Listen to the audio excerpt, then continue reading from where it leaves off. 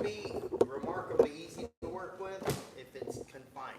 That's what we have to pray for it to be confined, cut, get it out, move on. A lot of times, in fact, most of the time, unless it's certain heights, it'll spread. But most of the time, it's confined, and so that's one of those. It's kind of like prostate cancer. The same thing. It usually stays where it's at unless it's let go, and then it wanders. Yeah, and so if it's yeah. Well, and it's just he's George. You're not on now. George is. No, he's like all of us though, and George. What I love about George is he is what he is. He is who he is, and just like any of us, if we go through a hard time, it's a hard time, and so George is literally going through a hard time. It's something he's been concerned about when he started feeling the pain, especially right on the back end of Trey's situation. So, and Brother George, he knows this. So if he's listening, I love you, George. You know it. He struggles like I do with beating ourselves up. And George is remarkably intelligent and stuff, but man, he's one of the first to beat himself up. If he messes a car up, I'm telling you, the guy's almost impossible to deal with if he messes a car up. And it's not because he's ugly with nobody. It's just so, I don't know how many times man, I should have figured that out before this happened. And that's just the kind of person he is. So he doesn't hide any of that. It is all there. So I really worry about him, of course. But what a remarkable guy. Huh? Yeah. Don't ever. He calls me a part changer, part chaser in the cars. But he's a troubleshooter, which he is. That's what makes him so good at the car thing. And airplanes, anything he fools with like that, he's really good at that. And I love him dearly, and I just hate that. It's just like, man, it's like Lord and I have had a couple of conversations with this one because I'm not keen on this, and we're just praying that God will keep it all confined, and doctor can do what he's got to do and get it done and move on. Brother George is, he had rebounded so well and just feeling so good, and now whoosh, and it's like, oh, so. We're going to bathe it in prayer. That's all we can do, and he's got a pretty good attitude about it. He called me this morning, or this, I guess it was this after, right about noon. He called. I was in the meeting, so I couldn't answer right away, and he told me what's going on in Israel. So he's engaged like he always is with that political stuff. They're doing a lot of damage. It's fixing it real nasty, and that's the concern I have. I listened at Sky News as soon as I got away from all the run I had to do, and I got on the bus. I turned my Sky News app on and just listened to their live report. I tried to at the house, but I wasn't there long enough to get much. And they had one reporter that was just sorry, sorry.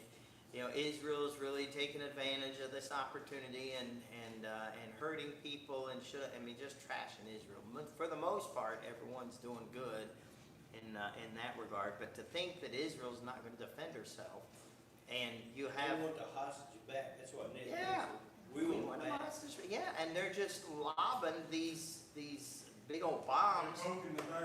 Well, yeah, but they're just lobbing it. They get mad at Israel, saying, "Well, Israel, you've blown up a hospital." Well, yeah, but then they find under there all the evidence of Hamas is hiding in there, and now Hezbollah wasn't toning anything down. They kept throwing stuff as they're getting.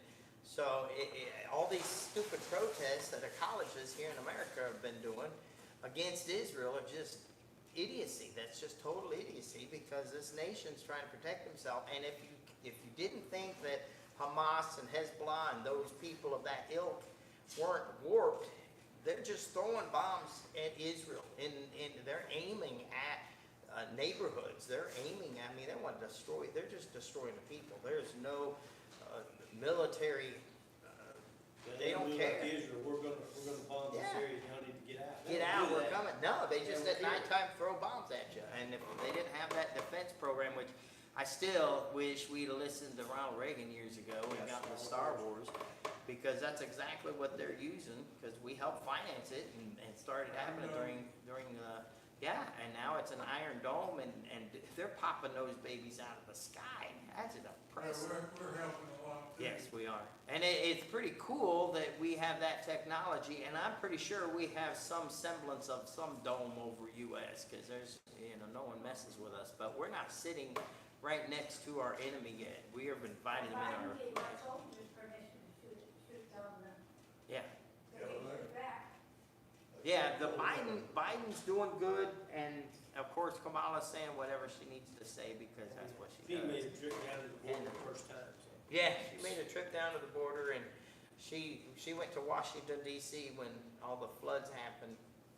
I don't know why, she's in Washington D.C. supposedly doing her thing there, and Trump's walking through the water in So she can say damaged she area. met with FEMA.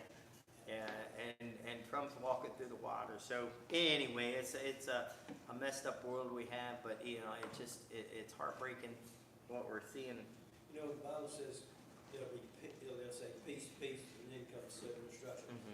Wouldn't it be something if Israel does what they said that Iran is even afraid of them right now because of their nuclear, and they're like, if we open our mouth, we're gonna bomb our nuclear. Well, and that's So- where so I they're heard. kind of laying back Yeah. off of them. They Sky- let their proxies do all that. Yeah, the But since Sky the proxies- News was one of the guys they had on Sky News. Again, it's a free thing. That's why I listen to it. I like it, I It's, partly started yeah. there. Instead of Now there's liberal side, you get both sides, but like Fox News, I can't get the Fox app to give me anything.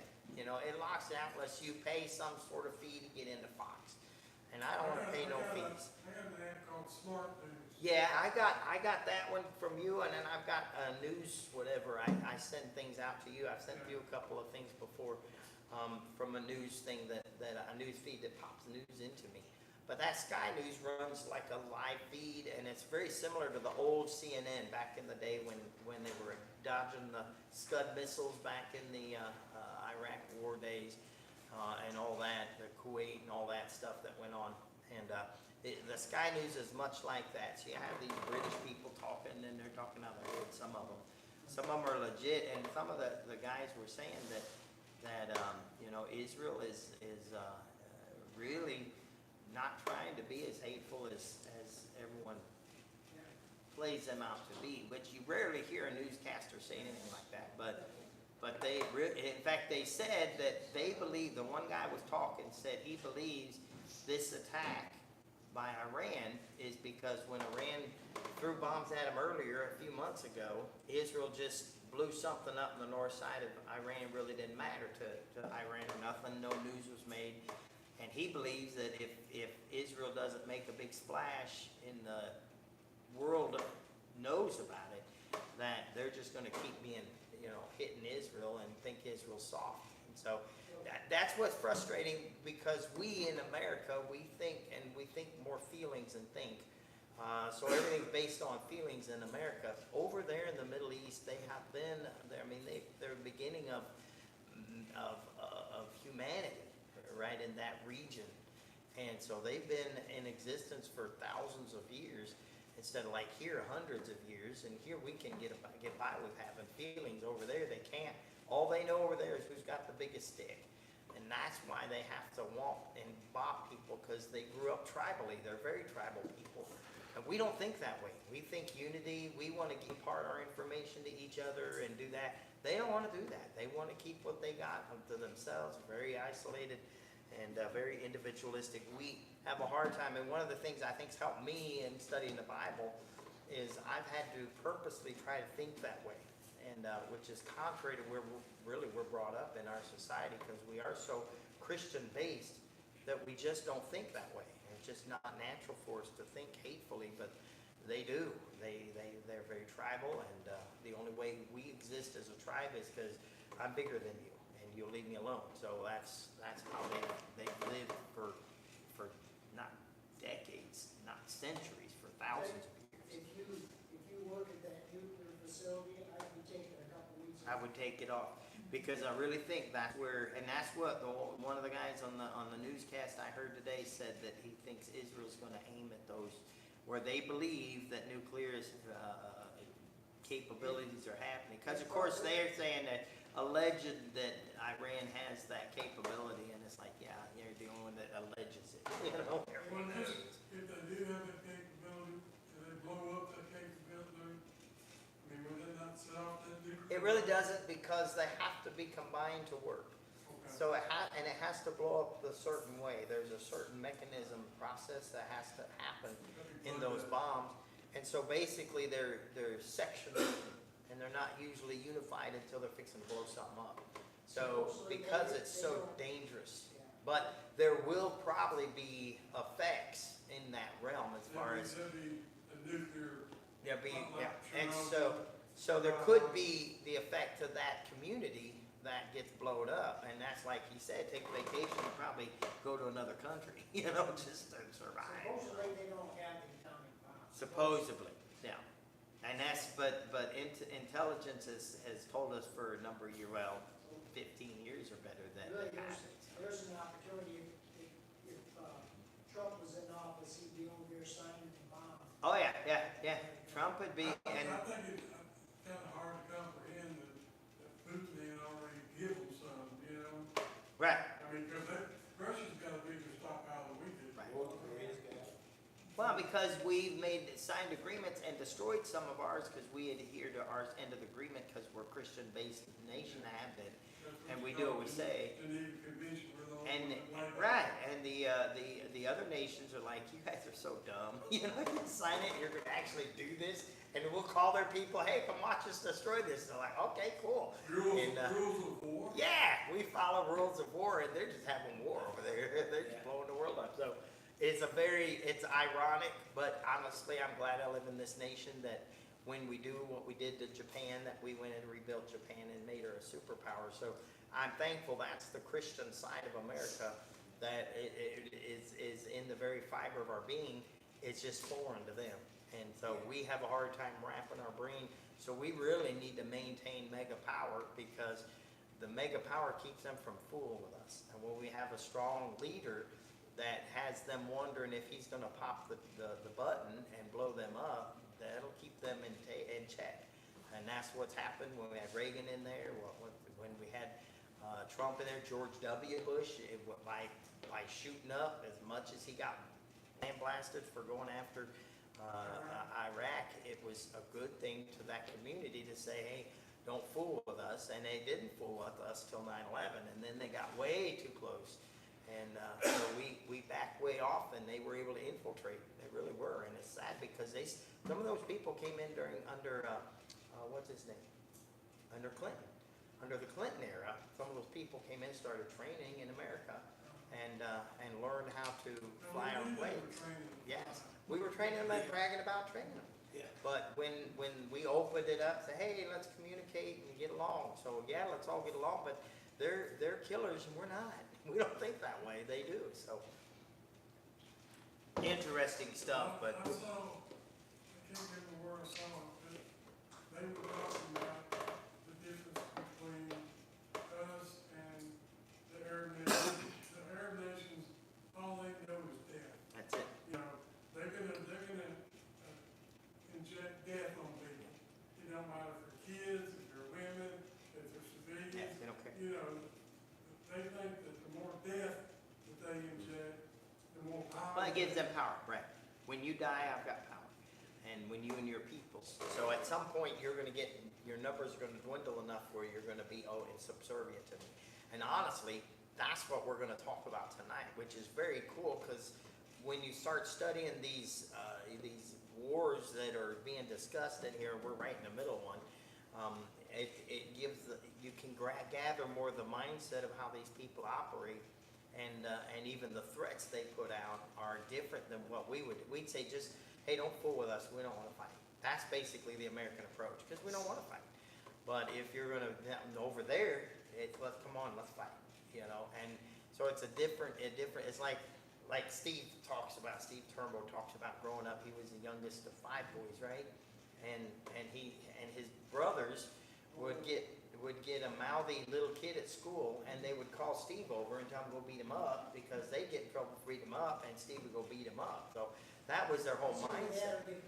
Yeah, And if he didn't go beat him up, then his brothers would beat him up. So it was a survival of the fittest. I grew up with 3 sisters. My brother came along late in life, and so that was never a thing with us. And so I didn't grow up that way. Now I could go hand to hand if I need to, but I've not been in a ton of fights. I'm just not. And so if I had to go, like the lady hit me out here, I didn't whack her right away. Steve probably would have whacked her right away because she hit me. And he's used to that. I'm really not. So she kind of got me off guard. Steve would have been like, oh. She might have been down there, they had 3 cop cars down there on the. Really? They came in, but there was just a lady that was over there they were talking to. What'd you There's look like? no car or anything. Yeah. Did you see her at all or no? Not really? I couldn't see her, you know. Well, she wouldn't know what she looks like. She had her face right in your face. Yeah, for sure. You know her too. I don't know. I told her. Make, Yeah. make sure you lock your car up. Yeah, make sure. You hear what picked her up? But anyway, They just so- put in the whole thing. Yeah. so there's a lot going on in our world. It really is, and it's pretty chaotic and weird stuff. But just so you know, this is God's plan, and what's playing out is God's plan and work. And though it's frustrating, scary, intimidating, rest assured He's got it. And we're living in a time, and America is really, we're not really equipped to deal with a lot of this. We're really not. And so that's why sometimes in our leaders and a lot of people who resent the drive, the dogmatism of a guy like Trump, just cutthroat, boom. We have to have some of that in our mindset or we can't survive. And trying to be diplomatic.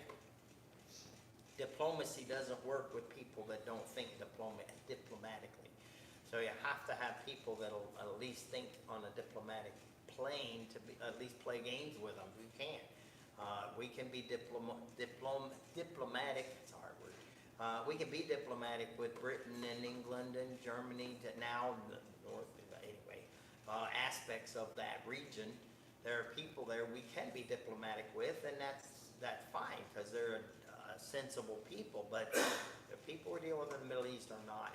And I can, honestly, we can throw Israel in that. Israel by nature is not diplomatic because they've had, for survival, they've had to be this way. And so they have conformed to us because they know, wow, you know, we got a big brother that's got a big muscle over there, and we're going to be buddies with him. And if he's happy with me being diplomatic, we'll be a little diplomatic. But at this point, Netanyahu is done playing our game, and rightfully so. Because as much as we claim to have them under control, when we have a strong leader in the White House, we do have a lot more control over there. But the current leadership, there's nothing, and my concern is, and based on the numbers we're seeing, chances of him getting in, Trump getting in again is really slim, in my opinion. My hope and prayer is I'm wrong, but based on what I'm seeing and it's not that Trump's not running a good campaign, it's that we are, as a nation, remarkably ignorant. Yeah. Remarkably ignorant and wicked, good term. And we have turned our back on God or anything godly, and sensibility has been thrown out. We're so busy worried about what pronouns to use instead of how to protect ourselves. It's stupid. And I know that's probably not the best word. And what blows my mind is I say stupid and I get reprimanded. Why'd you say stupid or idiot? That's mean. Yeah, I got to say silly because little Lucy, she goes off when I say stupid. But what's wrong with stupid? You know. Knowing who her parents are. I know. It's remarkable. I told Michaela the one time, I said, you know, with that child, all you have to do is convince her this is right, and she's locked and loaded. I said, so if you guys put enough right in that child, she's going to be, as a 3-4-year-old, to correct the preacher in the middle of a sermon. It's pretty impressive. So if they get the right stuff in that girl, she's going to be great. And anyway, let's have a word of prayer, and let's pray for Brother George, of course, and Chris. Pray for Chris Campbell.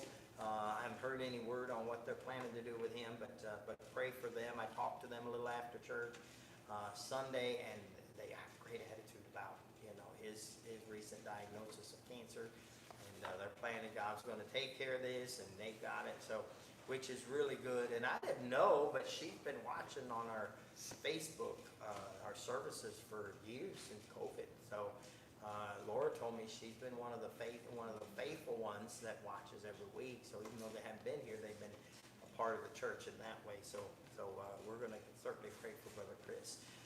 Let's have a quick word of prayer and then we'll jump into this. Heavenly Father, we love you. Thank you for all that you've done for us. And Lord, we do ask you that you be with our brother George. Lord, we need it. Our hearts go out to him. Our hearts are wounded as his is, trying to figure out what's next. And Lord, our prayer is that you would take care of this problem quickly, painlessly to the degree it can be, and lift our brother George up. Boy, we need him. Miss Marilyn needs him. And this church certainly needs him. I pray that you be with him in a mighty way. Bless Brother Chris, Lord, and encourage he and Miss Sherry as they go through this battle with cancer that he's in. I pray that you bless that and meet the need there. Lord, I do ask you for the Arndt family and all those that have traveled to the funeral. And Lord, I pray that it will be a great opportunity for your gospel to go forward. I know Aunt Patsy, that would be her desire. And Lord, I plead with you that you'd see to it that her death would not go in vain, that your message of salvation would go forth. And I pray that you bless that in a mighty way. I pray, Lord, you be with us tonight. Teach us from your word, we ask, but Lord, certainly in the glaring issues what's going on in Israel, we ask you to bless us, and we ask you to give us a little better understanding. I think the story that we'll be in tonight might give us a little understanding of what Israel is up against. I pray that you'd help us as we look in your word. Teach us, encourage us, I pray in Jesus' name, amen. I said I had Thursday morning. She's supposed to come back Thursday. Well, more about noon, 11, 12, noon, somewhere. Thursday at 10 something. She knows better than I do. Is that morning? Yeah. To me. Oh, yeah, to you. Yeah. Well, I'll be driving. I'm driving bus one of the mornings. I think Thursday morning. Tomorrow morning I'm not driving bus. I'm driving bus. I told her because she's like, do this and this and this. She's giving me all this, and I said, Lord, just tell me to drive the bus every day and don't chop it up. Well, that's how it's working out. It's okay. So it's chopped up. So I drove this afternoon. I'm supposed to drive tomorrow afternoon, not tomorrow morning, and then Thursday morning.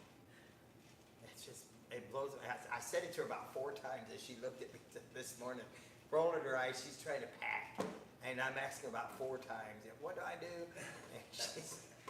I was gonna say she ought to make you a list, but No. you know, I've learned on Sunday mornings you don't know what's written. No, and I wouldn't know where the list is. So it's remarkably frustrating to be in my mind. I was talking to one of the guys at the pastors meeting I was at, and he was asking me some questions, and I'm like, yeah, that works. I said, you're going to be with, because he goes to the class that we're going to on Thursday. I said, you're going to be at the class Thursday, right? I said, yes. I said, I think my wife's there Thursday night. I said, if she is, let's talk to her about this. Tell her I talked to you about this, because I think it's a good idea. I just ain't going to remember it. So, Brother Marvin. I know, I'm just mad at 55. Brother Marvin called me and said, we need to have the Lord's Supper. Are you okay with us? And I don't even know when we're doing it, but I agreed with him on the phone and said, yeah. I said, let's do it. And this Sunday, is it? Okay, this Sunday. And Breakfast on Saturday and supper. the Lord's Supper Sunday. on Sunday morning. So, First Sunday of the month. yeah, we'll do it Sunday night. That's the plan. So don't let me forget. But Baby shower on Saturday. yeah, it's a non-stop thing. We go on. It's funny because I've been to big churches, and big churches have a lot going on. I don't know if I've been to one this size that has so much going on. I tell Laura, how in the world? I don't think we could have more going on. I don't think so, but it's fun. I mean, we're all, it's not like we Yeah, like my daughter called me up out of the blue. let's do it. It's always something. Cut out some of the parties. Yeah. Cut out some I'm of the ready to parties. go back and get a job. I'm tired of being retired. It was easier when I was got my 40 hour week. You know what you're doing every day. Now it's all up in the air. All right, let's try to jump into this, and I did my best with this outline, and I apologize. This is not following any proper, I'm sure no proper layout. I don't even know where to go. I put an A and a 1, 2, 3 and a B, 1, 2, 3. I have some dashes on there that I really didn't fit with a numbering system, We but man, wouldn't they know the needed. difference. No, I don't think so. I think it's good that way. But this to me is, and we've talked, this is a cool story. Last week we laid out chapter 36, kind of laid out the surroundings, events of this story as it's developing. We're getting into the story today, and we'll get in a big bunch of it, and even conclude tomorrow. I'm going to tell you this up front. I may forget later. I don't know. But in 2 Kings chapter 19, if you read 2 Kings chapter 19, which is interesting, it's 37 verses. This Isaiah 37 is 38 verses. If you read them or look at them, it's very hard to see a difference. A lot of the terminology exactly the same. In fact, I've heard people speculate that the writer of the Kings and even maybe the Chronicles and maybe Samuel, 1st and 2nd, was most likely Ezra. And I've heard some people attribute Ezra to the writer of Isaiah. Ezra was a ready scribe, and that's what scribes did. I don't know that there's that much credence in what he did, but it's ironic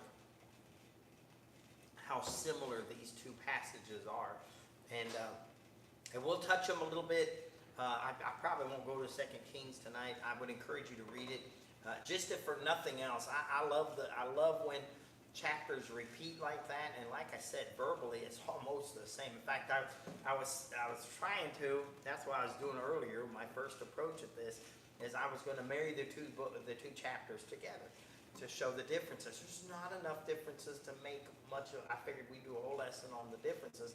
It's all the same, and it's almost as if the chapter repeats. And it's just cool that God used two different writers at two different times to write down the story. And it's almost the same. And if that doesn't tell you that God did this, and not a bunch of guys, they didn't have social media back then. They didn't have the phone connection. Huh? Different times. And it's the same. And I was reading it the other day. I was reading because we've been doing this class over at the Institute, and it's been on the Bible and the King James Version getting to us, and the different ways that the Bible got interpreted into the English and funneled down to what we have as a King James Version. And it's very intriguing how, and he's saying, this and this and this happens, and it correlates and lined it all up, and how could that be? But in the book of Jeremiah, there's actually a passage where Jeremiah writes in a book, and he's writing, he's talking to Baruch. Baruch's his servant or slave or buddy, however you want to look at it, or the terminology you want to use. But he's written this from jail. He's in jail. He writes it to Baruch. Baruch goes to because Jeremiah tells him, go down to the house of the Lord and read it, synagogue, or the house of the Lord. And he goes down there, reads it. Somebody from the palace hears it, says the king ought to hear this, carries it to the king. Baruch is supposed to stand and read it to the king. As he's reading it to the king, page by page, the king takes it, reads it, looks at it, didn't like it, took a penknife, cut some of it out, and eventually throws a whole page. And he's throwing page by page, the whole book as this guy's reading it, into the fire, because a lot of it's judgment against that king and others, and judgment on Israel for their mistakes. He gets through, and there's no book left. It's all in the fire. So you read the passage, and you'll see that Baruch comes back to Jeremiah 2 or 3 chapters later. The Bible says this is what Jeremiah wrote, because he rewrote it. And then it's written here, so it's in the Bible what he actually wrote that the king tore up. So to say God's word wasn't preserved or can't be preserved, yeah, it can. God's in charge. He can do what he wants. So intriguing. Then to me, this is a place where you can look at these two different passages, two different places, probably written in two different time frames, in two different circumstances, and it's so close in relation. And they didn't have spell check back then. They didn't have the computer link. They didn't have the internet to link them all together, and they just had God. And maybe that's the original internet. I don't know. But Heaven and earth passed away. yeah, God's going to protect His word. They had the cloud. No, they had the cloud. They had the originator of the cloud. I like that. So we're going to jump into this. We're going to kind of tell the story as we go through it. We're going to see the story. I tried to break it down simply because this passage, if you just read it, is remarkably confusing. Because the story is happening, but it's happening in real time. And yet, we're reading it linearly. So we're reading it in time like this, and some of the stuff's happening all stacked together. And some of the conversations that are going on are chopped up in the subject matter. It's easy to lose who's being dealt with and in the given conversation. So one conversation dealing with a number of different issues in regard to this and trying to tie it all together. So we'll try to muddle through this. If you have any questions, if ever you want to interrupt, this will be the time. And ask me if you're like, what do you think's going on here? Because some of this, and again, some of this might be dust theology, how I'm interpreting what's being stated. But I think, like I said, I've thought on this one a lot and tried to put it together.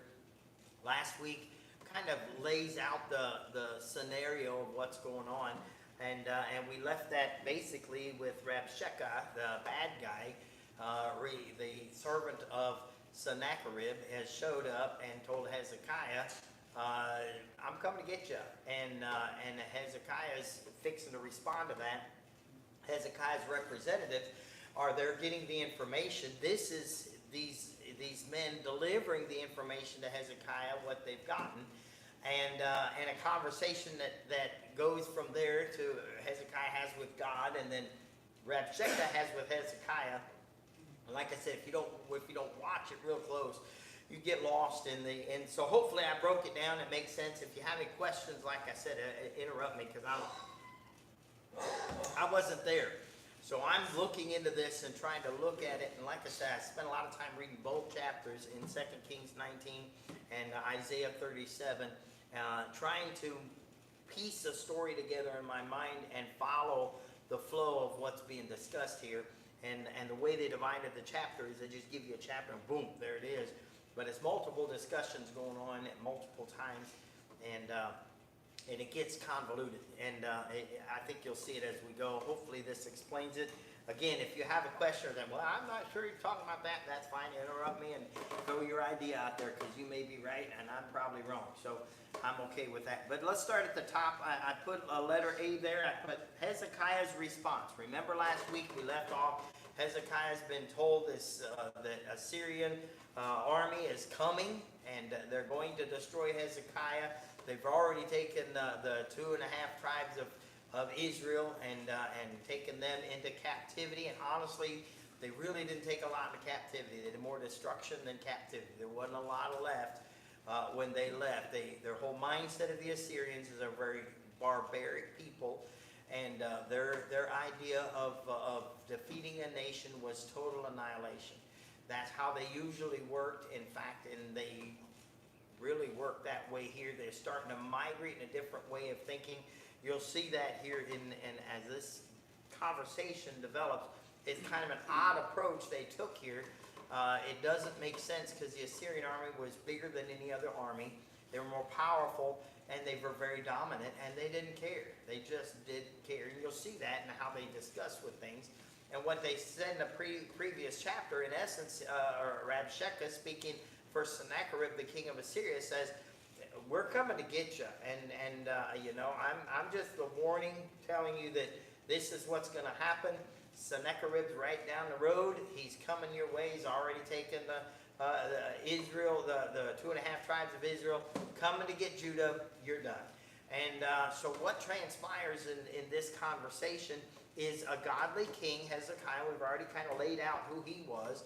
And man, if you want to read about a guy that's miraculous, Hezekiah is a miraculous king. He was in the time in Judah, which was a notoriously bad mindset area. And he comes from a line of bad kings, and all of a sudden he's a good guy. And in that good, it comes, in essence, a lot of good, and saved the nation. And I think turned the judgment that God was bringing through Assyria away. And even though he predicted Babylon's going to come, he turned the idea, because the Assyrians could have taken and should have won this war. God thwarted it, and I think God did because he's got a godly king here. So here you have this threat that's brought to the representatives, the ambassadors, that that, and I can't remember their name, we said them last week, so you'll have to look back at last week.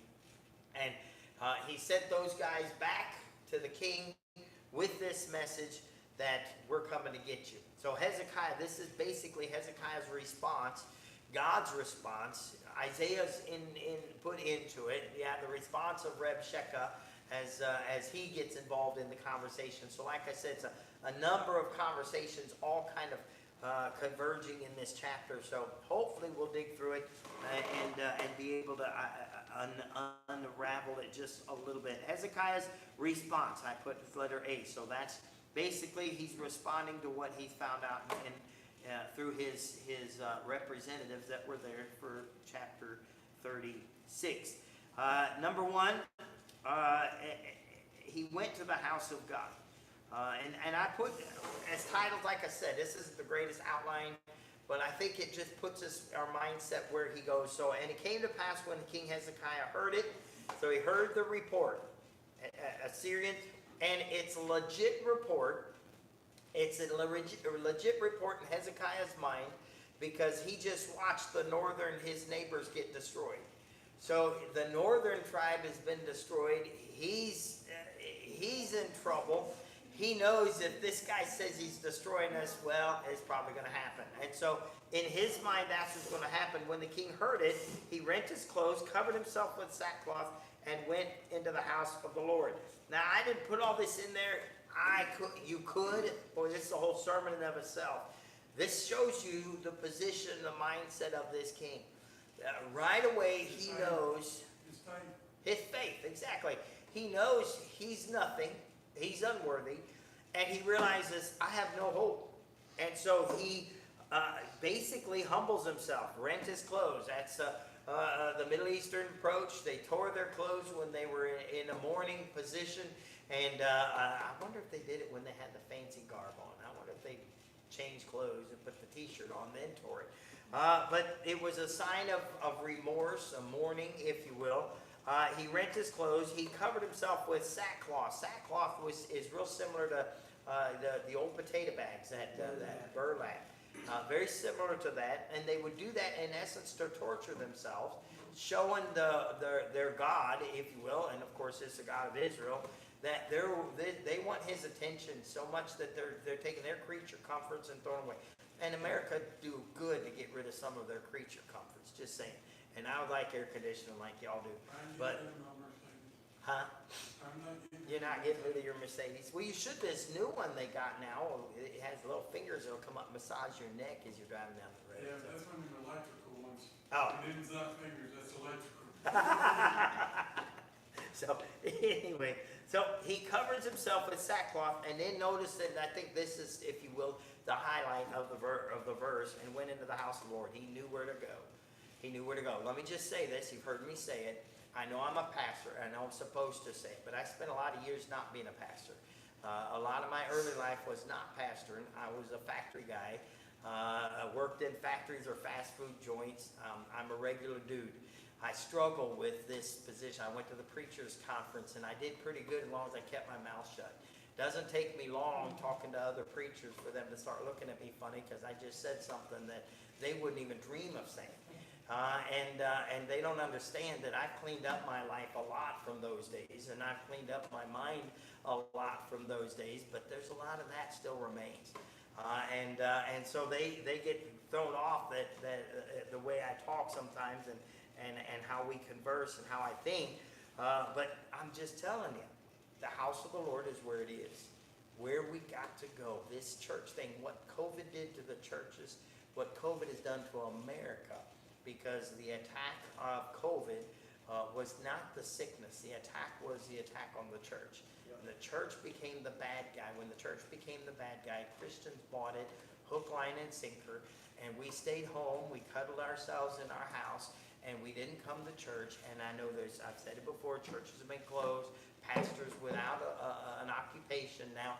But unfortunately, many a Christian got out of church. They stopped a good habit. Starting a good habit is really hard to do. Breaking a good habit is real easy to do. Getting one started is real hard to do. Once you break it, it's really hard to get it fired back up. And my concern is when I see people missing church, I get concerned. And I'm a realist, and I understand they say to get a good habit started takes 21 days of working at it. Well, you take 21 days, that's 3 weeks. 3 weeks of church. You cut three, it doesn't take long to get out of church.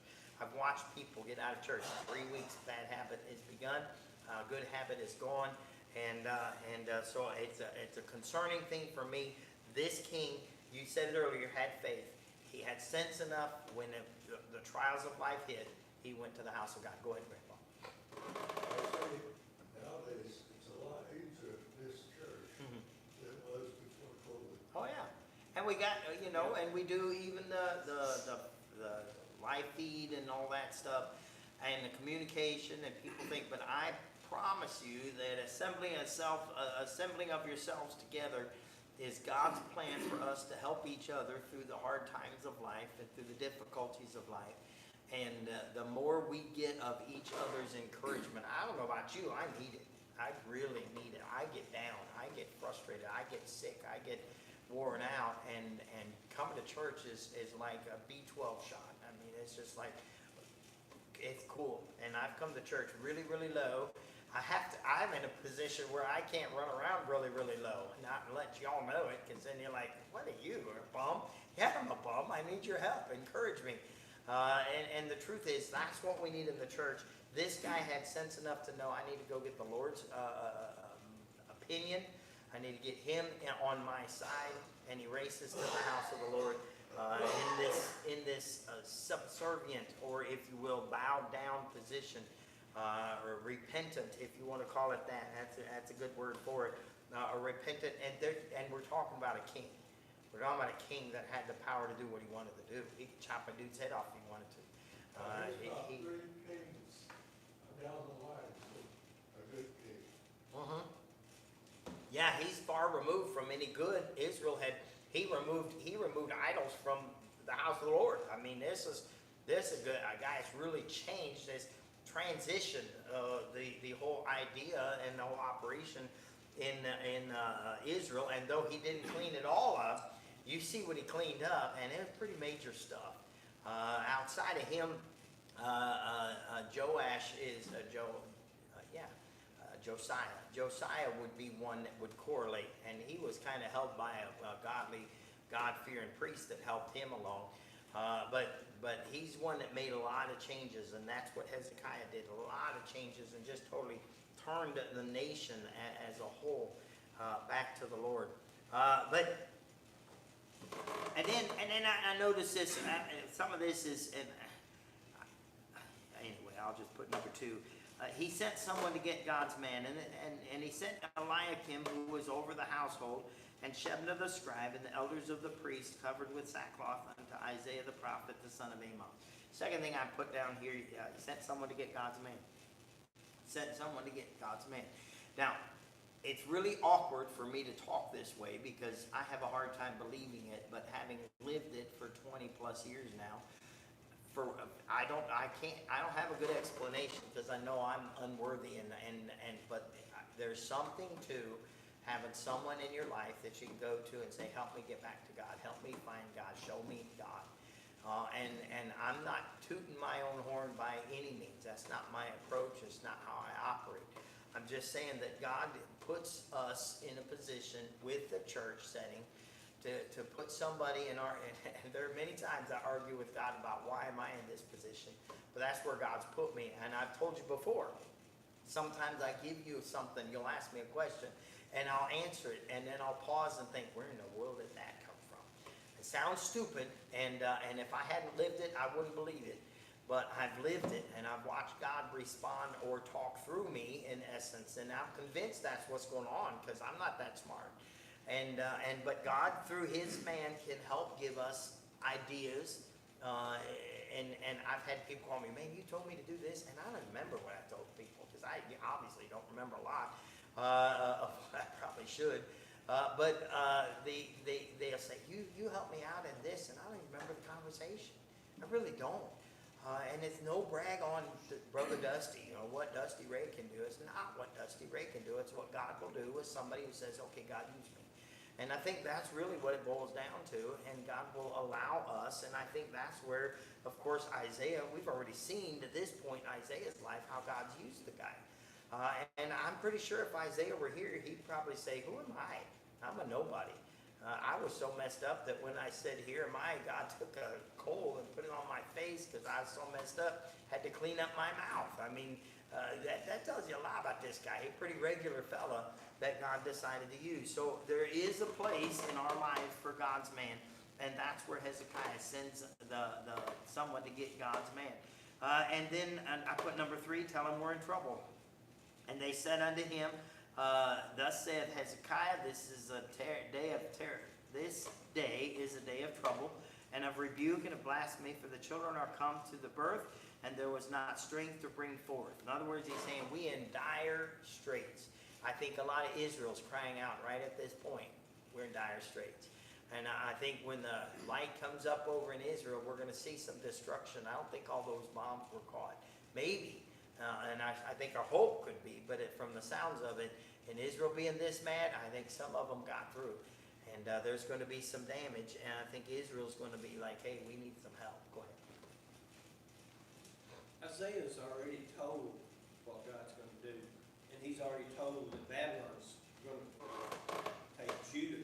So basically Hezekiah should have had a copy of that, right? And if God says it, it's like Jesus. Everything he does, he said, this has to be done because God said it, and that's it. The devil tries each instance, want him dead before Yosemite, but I'm just saying, the devil wants to stop God saying something. But God ain't never said one little thing that if it was done. I mean, you can fight against it and all that, but if God says that it's done, The cool thing about this story of Hezekiah is remarkably intriguing because I believe God was fixing to judge Israel then. I think Babylon, he was fixing to bring Babylon in and just get rid of them because he was that mad at them. I mean, we can see what we've studied thus far.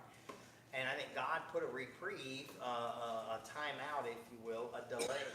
And if you'll see in Hezekiah's day, in this situation, God shuts it off. Later on, Hezekiah gets in some trouble. God shuts it off. In the end of Hezekiah's life, he welcomes Babylon into his palace, shows him all his riches. Isaiah's going to, I think it's Isaiah, but it might be Micah. One of the prophets comes to him and said, what did you show him? I showed him everything. All right, you're losing everything.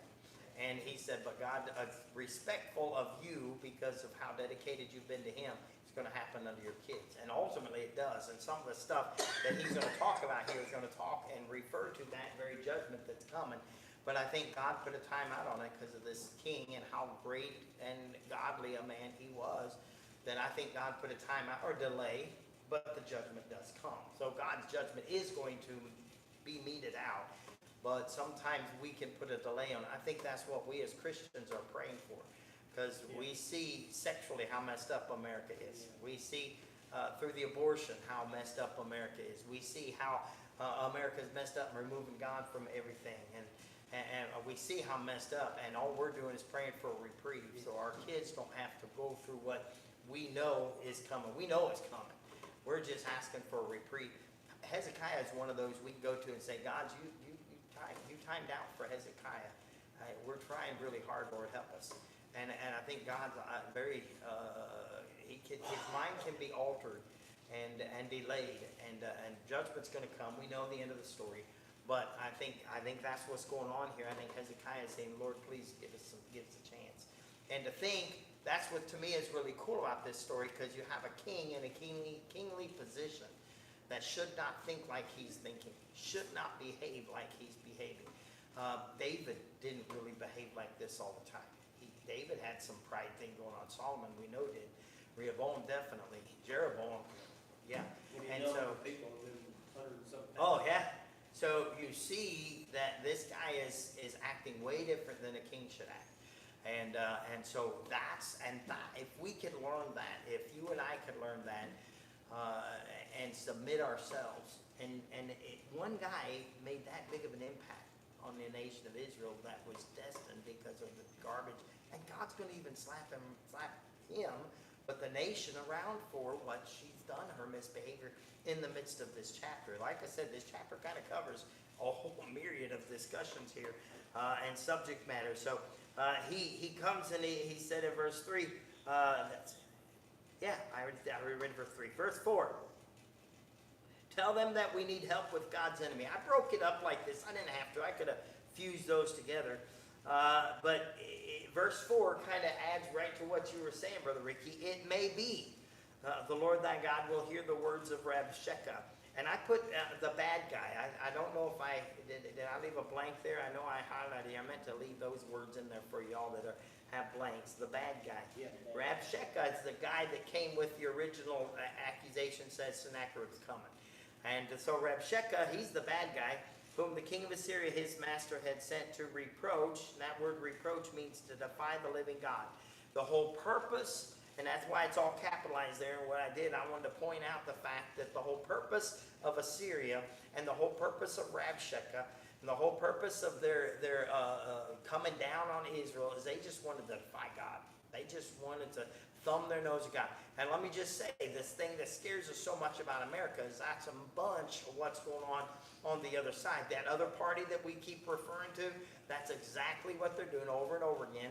And now their new candidate is trying to backpedal like crazy leading up to the election because she knows that she doesn't have any time for God, but she's got to fake it and hopefully make it is her plan. If she can fake it and fool enough people to say, oh, I'm pro-Israel, oh, I'm pro-this, and all her operation skills, all that she's ever done has been thumbing her nose at God, and now she's wanting to be the president, so she's going to back it off a little bit to try to get into office. And honestly, there's enough dumb people in America, they're buying it.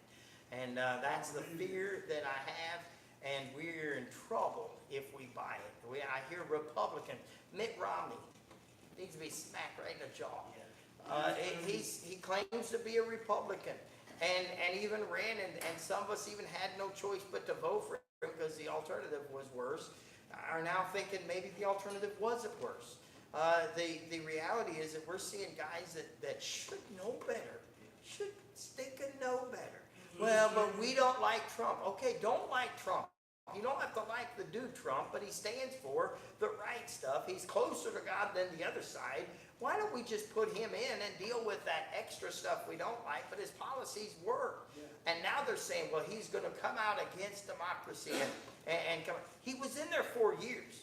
He didn't do anything against democracy in those 4 years. He didn't come out against democracy. He didn't set up what they said when he got in. They said, well, he's going to make himself king. He didn't, did he? In 4 years, he didn't, and he didn't even pass half the stuff he wanted to do because Congress wouldn't let him. And he followed the laws of the land like he was supposed to for 4 years, and all of a sudden he's going to come in and do it and just take over. No, he's not. He didn't do what he did before. Yeah, she wasn't even elected right. She wasn't even voted for. The whole definition of democracy is people voting, and the people didn't vote. And really, we're not a democracy, we're a republic, and she's not even following the rules of the republic. I just hope that we're not going to be like the children. He gave them what they wanted, the people, but he brought leanness to us. So I'm just hoping he grants us some grace. Like us with the Holy Spirit then, and I'm just hoping, like you said, that God will, like when he give us a reprieve. He said, if I can just find 10 people. Yeah, exactly. There's people that are good Christian people. Sure. I'm hoping he's going to spare us. There's a lot. I read an article this week. I saved it on my phone, and there's an influx of, get this, young men in the church. Young men, and I believe because they want to know how to be a man. I think they're frustrated with what the world is showing them as what a man is, and it's remarkably frustrating. Is that having trouble staying on? It's gonna die. Oh, the phone's gonna die? Sorry, y'all, the phone's gonna die. I tried to keep it charged, but I was on the fly so much today, and it didn't charge real good last night for some reason. So, please forgive me. Get 10%, that's. Hey, I won't make. Yeah, I might make it. Good heavens! But we're only verse 4. We're having a good time. You still got 3.5 pages. And I talk fast. It's a 2-week plan. Yeah.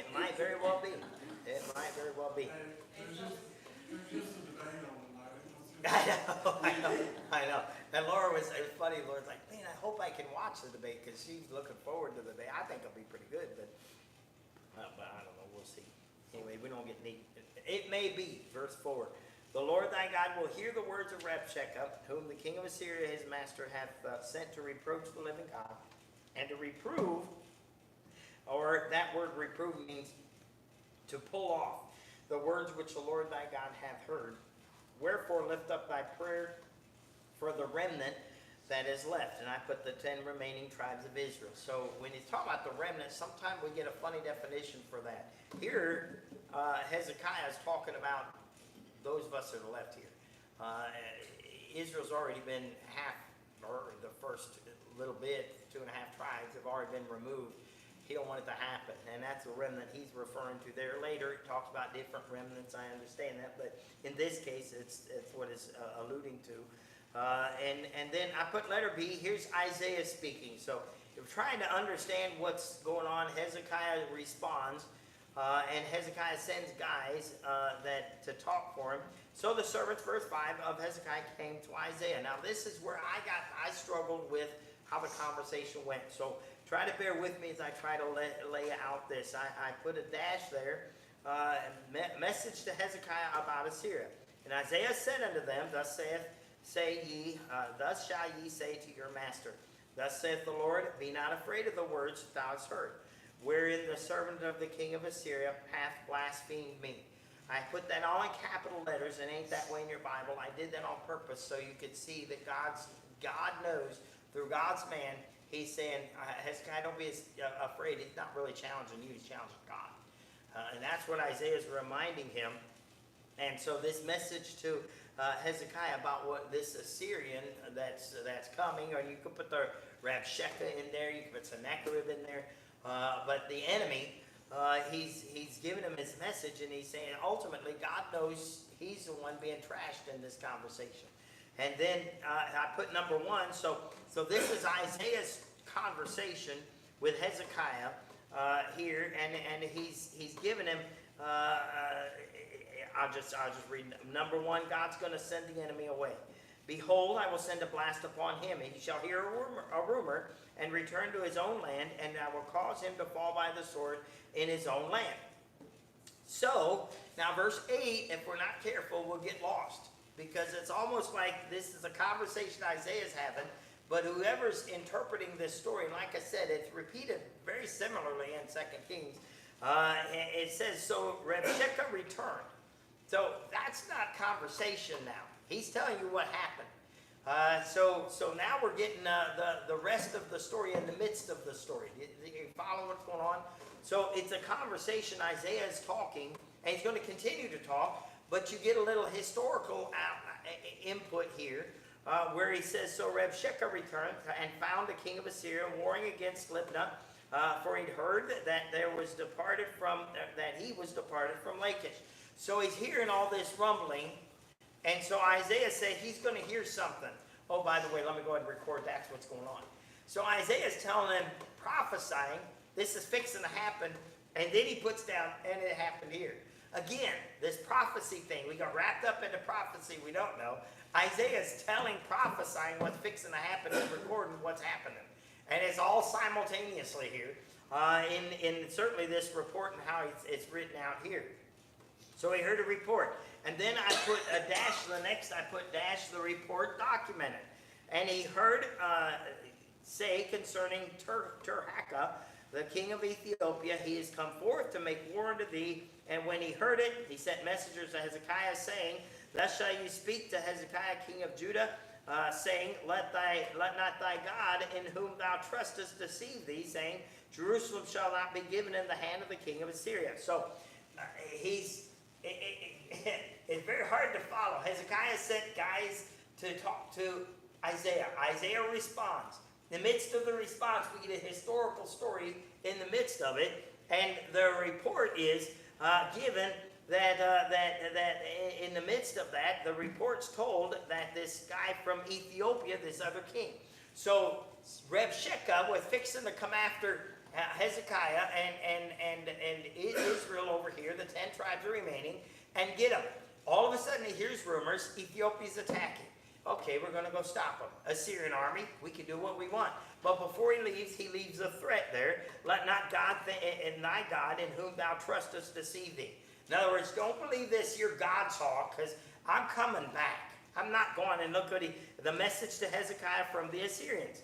I put in parentheses, I'm leaving, but I'll be back. And look what he says in verse 11. Behold, thou hast heard that the kings of Assyria have done to all the land by destroying them utterly. And shalt thou be delivered? In other words, he's saying, hey, we're all that and a bag of chips. Let me tell you about us. Go ahead, Grandpa. A lot of times, like in this chapter, we read it just one right after the other. But in real life, it's not happening that way. It takes time to get back to it. Right. So you got the time where he's removing, but it's all being recorded and stacked up. And if we're not careful, like I said, when we talk about this chapter, if we read it, we can get lost in the story because there's a lot going on in this chapter and a lot of moving parts. And I wish I had time to go back through the Bible and show you because and I think I included it in here. I hope so. Elisha is even brought into this story. It is amazing how much of the Bible is filled up in this here story, these events surrounding it. Dead man on his bones. But yeah, but Elisha gets talking and is talking about this guy. Elisha predicts that this is being because the Assyrian army had cut off everything coming in, so they had initially cut Israel off from having anything. Elisha says, by tonight you'll be able to have whatever you want. Oh, yeah. And then the lepers who are out there after the Syrians flee, they go in, they get to spoil everyone because the Syrians ran away scared. And so they come with everything. Now it's sold. The guy that said, mocking Elisha said, that ain't going to happen that way. Elisha said, oh yeah, it is. And you can see it happen, but you ain't going to get to partake because you're going to be dead. And that's exactly what happened. It's an awesome story. I'm telling you, there's so much in this story. That's where I'm having trouble with this because to me it's so cool and all these moving parts going on. So like you said, Grandpa, we read it linearly and we detach this story from that, but that story's involved in this story here as it's all unfolding. And let me just say that's how God works. All these little intricate parts coming together. You can't write it that way, And even trying to put a movie together. Could you imagine putting that movie together? That would be awesome. Could you imagine the stuff you could have? You have a 5-hour movie right there, just putting it together, even chopping stuff out. You have